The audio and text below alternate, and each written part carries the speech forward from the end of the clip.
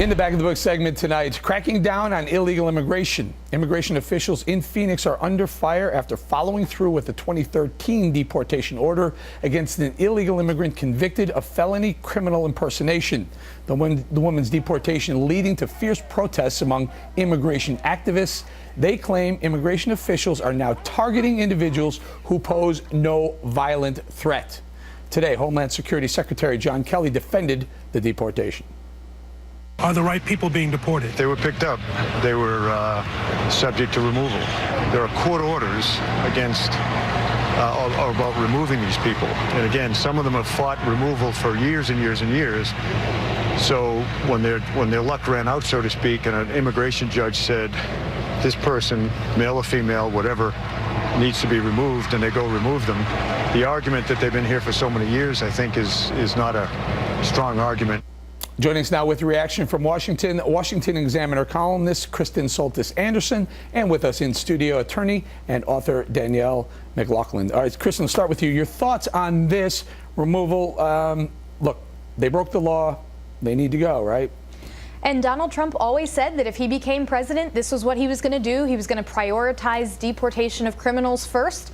And this is what his executive order said. The thing he has going for him is that with this action and with the action he's taken against sanctuary cities, it's among the most popular things we're seeing in public opinion polls of all the things President Trump has sort of said he wanted to do. I think the question is going to come down to the implementation. As they're going around and beginning to deport more and more people, are they actually getting the violent folks, or have they cast perhaps too wide a net and are catching people with more sympathetic stories and perhaps more of a reason to stay? Okay, Danielle, your thoughts on this deportation? You know, I agree that ultimately she was a felon. She was a convicted felon. It's a very sympathetic story, of course. She was brought here as a 14-year-old.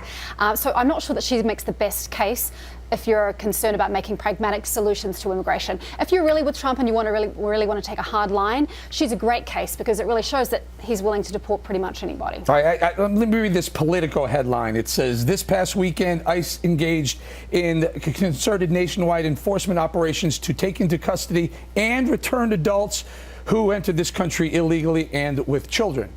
Now, Kristen, here's the catch. That Political headline is from January 2016 under the Obama administration, Jay Johnson.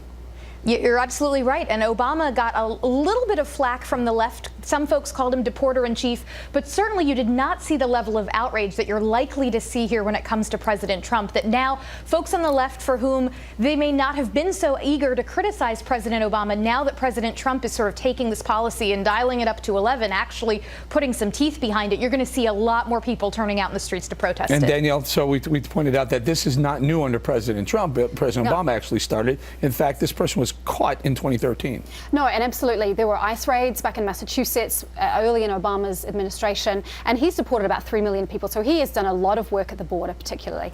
I think the issue here is whether people want to see people here illegally have a path to citizenship or not. And about 60% of the American people actually want to see that. Whether that's citizenship or legal status, which implicates the voting rights of these people, is another question altogether. But there is, I think, public support for it, and I think that's where the rubber's going to hit the road for Trump. And Kristen, there was word that President Trump may have been open to the Gang of Eight and some of that push to allow citizenship for people who are here illegally, and then they walked it back a bit. Your thoughts? Yeah, that makes sense to me that they would walk it back a little bit, just because the Gang of Eight bill had been so politically toxic on the right. It was one of the things that people would criticize someone like Senator Marco Rubio for having supported. He walked back his support for it eventually.